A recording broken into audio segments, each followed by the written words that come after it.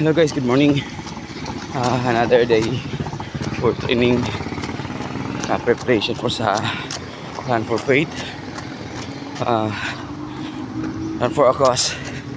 So malapit na po guys yung ano namin, time sa pagtakbo ng Maytong this coming August, last week of August. So abangan niyo po ako sa aking pagtakbo. Bali 117 kilometers from Jensen to Maytong. Ito po alang-alang po sa isang chapel na parang project ko na rin para mabuo na yung chapel dun sa Maytong. Kasi until now hindi pa rin mabubuo. So hoping na marami pa mag-sponsor, Lord. Mag-sponsor.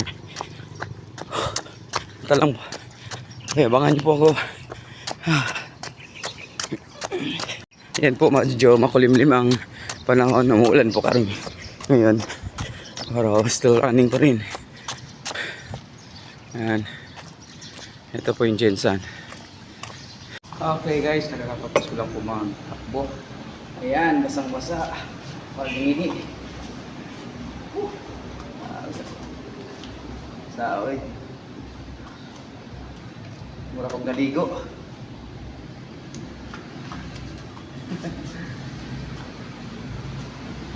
Grabe. 13 kilometers na yung nag-aakapos ko today. So, I hope tomorrow maaabot kami, ma-achieve ko na yung 14 to 15 kilometers. Next naman, pagkatapos niyan, try ko long run pa, makaabot ng mga 20 to 30 kilometers, so on and so forth. I hope na makaabot. Before mag-July, makatakbo na ako ng 50 kilometers. I wish makaabot ako ng 50, and then after na 50, 60, hanggang pataas na po. So, yun na po yung upload today.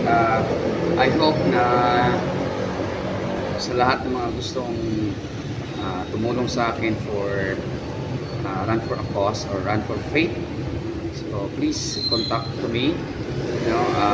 Ito po ay isang project para sa, hindi sa akin, para sa community, para sa simbahan dito.